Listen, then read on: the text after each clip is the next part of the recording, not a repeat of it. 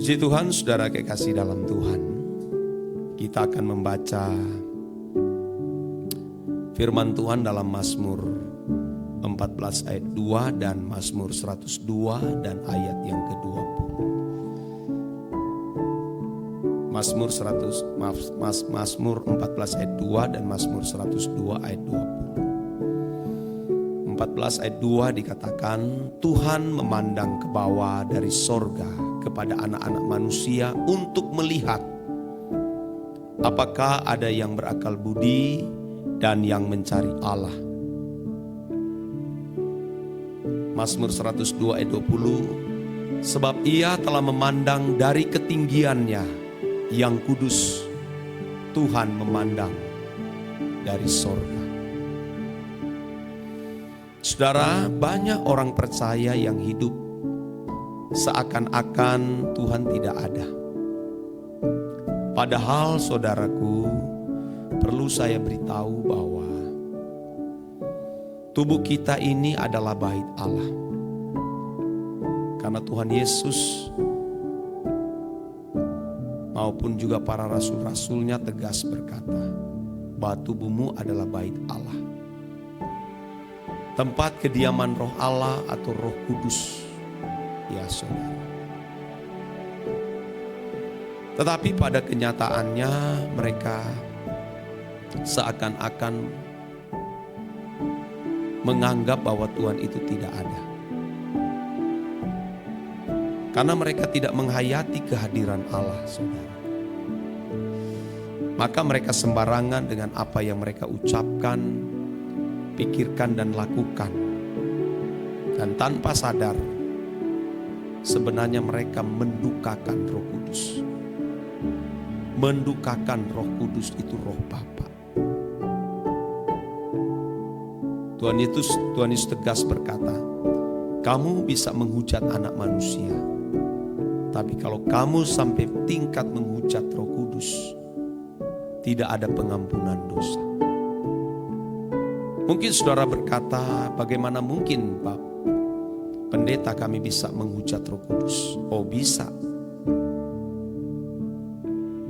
Jangan bicara tentang orang di luar yang tidak percaya. Orang percaya sendiri saja bisa sampai tingkat menghujat Roh Kudus. Ya. Bagaimana mungkin hal itu bisa terjadi? Kalau seseorang, ya saudara, tidak memiliki ketepatan di dalam bertindak, terus berulang-ulang, tidak mau bertobat dengan sungguh-sungguh, saudara, itu sampai pada titik tertentu, pada akhirnya bisa dikategorikan menghujat Roh Kudus. Karena dia terbiasa mendukakan Roh Kudus, tidak menghargai Roh Kudus, tidak mempedulikan.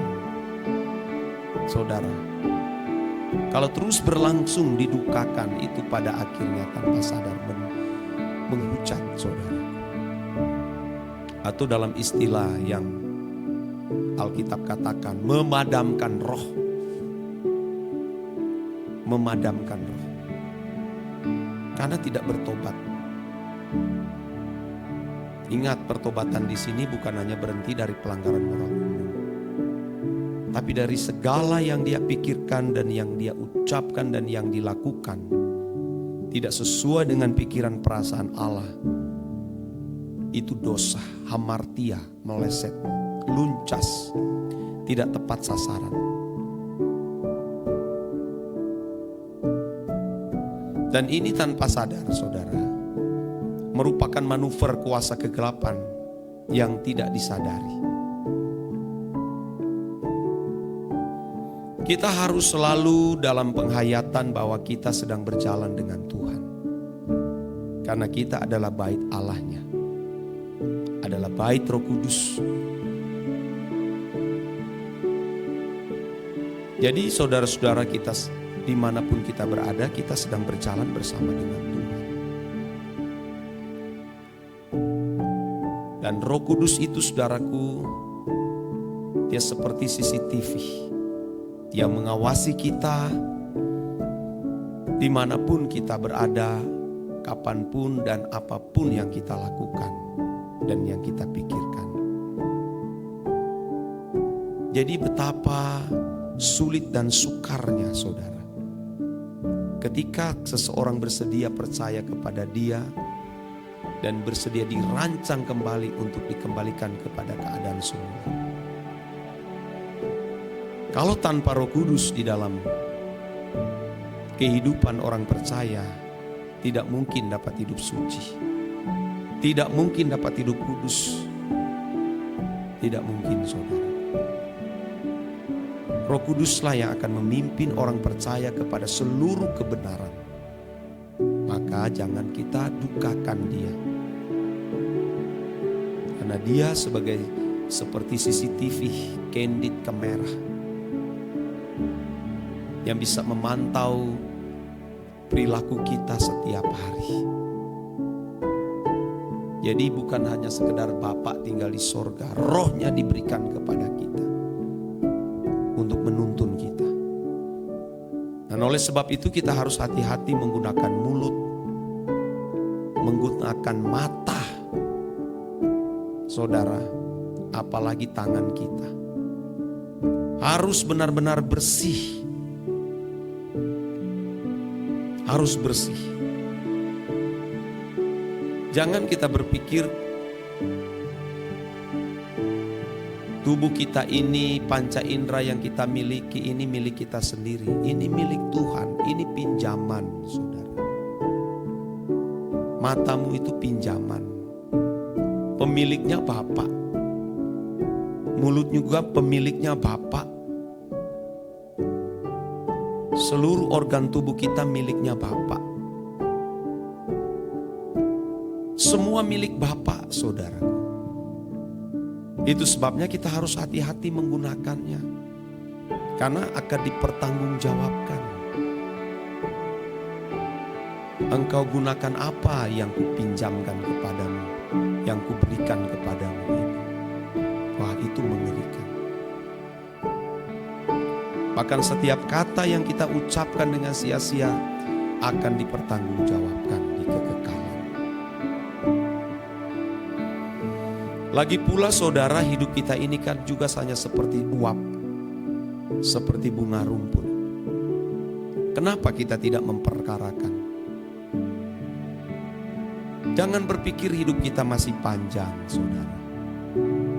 Manusia ini saudara bisa meninggal kapan saja, anak-anak juga bisa meninggal. Remaja, pemuda, aduh jangan anggap remeh akan hal ini. Kalau sudah berada di ujung kematian ya baru menyadari, tetapi sudah terlambat saudara. Itu sebabnya saudara kita harus melatih diri menjaga perasaan Bapa setiap hari. Perasaan Bapa yang harus kita jaga. Jangan melihat hal-hal yang tidak perlu kita lihat. Kalau saudara pengguna gadget, tidak perlu lihat yang tidak perlu kita lihat. Skip saja saudara. Gunakan media sosial, cukup posting ya, beberapa saat keluar. Jangan terbelenggu saudara, itu mendukakan Roh Kudus. Kecuali saudara bisnis ya bolehlah. Bisnis mau tidak mau harus menggunakan gadget, boleh. Tapi harus bijaksana, jangan kebablasan. Karena yang kita jaga ini perasaan Bapa, bukan perasaan manusia. Perasaan Bapa, jangan sampai Bapa didukakan oleh sikap-sikap kita yang ceroboh, saudara. Kita melayani Bapa itu hanya menjaga perasaan Bapa. Bukan supaya kita kelihatan hebat, luar biasa. Karena kita menjaga perasaan Bapa. Kita bekerja, kita jaga perasaan Bapa di situ. Kita memikirkan sesuatu, kita harus menjaga perasaan Bapa. Nah, hidup kita milik Bapa loh. Bapa melihat setiap kehidupan kita, apa yang kita lakukan setiap hari. Maka kita harus memiliki dua hal ini. Yang pertama itu harus hidup suci. Kita harus meninggalkan hal-hal yang tidak berkenan di hadapan Tuhan. Buang semuanya itu. Kalau kita mengejar kekudusan hidup, saudara, kita akan diperlakukan Tuhan itu istimewa. Lebih daripada seorang presiden atau raja dunia, saudara. Raja-raja dunia akan diperlakukan Tuhan istimewa. Sebagaimana pernah dia melakukan keistimewaan kepada Daniel, Sadrak, Mesak, Abednego, ya saudara, kepada Yusuf. Tapi kalau kita tidak mau meninggalkan kejahatan, tidak mau hidup suci, Allah membelakangi kita. Dan tempat-tempat orang-orang seperti ini di tempat-tempat yang licin. Dan kalau mereka meninggal dunia, rupa mereka dipandang hina oleh Bapa. Itu yang pertama, saudara. Yang kedua, saudara, kita harus bersedia untuk tidak memiliki keinginan apapun di bumi ini kecuali melakukan kehendak Bapa, saudara. Melakukan kehendak Bapa. Itu yang menyenangkan hati Bapa. Kalau kita menyenangkan hati Bapa, Tuhan pasti akan mengistimewakan kita. Dia akan menyenangkan kita, saudara. Percayalah, saudara. Ya. Walaupun kita berada di tengah situasi kondisi dunia paceklik, Allah akan memelihara khusus. Di tengah kesulitan, di tengah masalah, Allah akan memelihara khusus, saudara. Sebab Dia adalah Allah yang hidup, yang memandang dari surga. Apakah ada orang-orang yang mencari Allah? Ini Tuhan memandang ke bawah dari surga kepada anak-anak manusia untuk melihat apakah ada yang berakal budi dan yang mencari Allah. Ya. Ini menjadi pesan Tuhan bagi kita semua, saudara.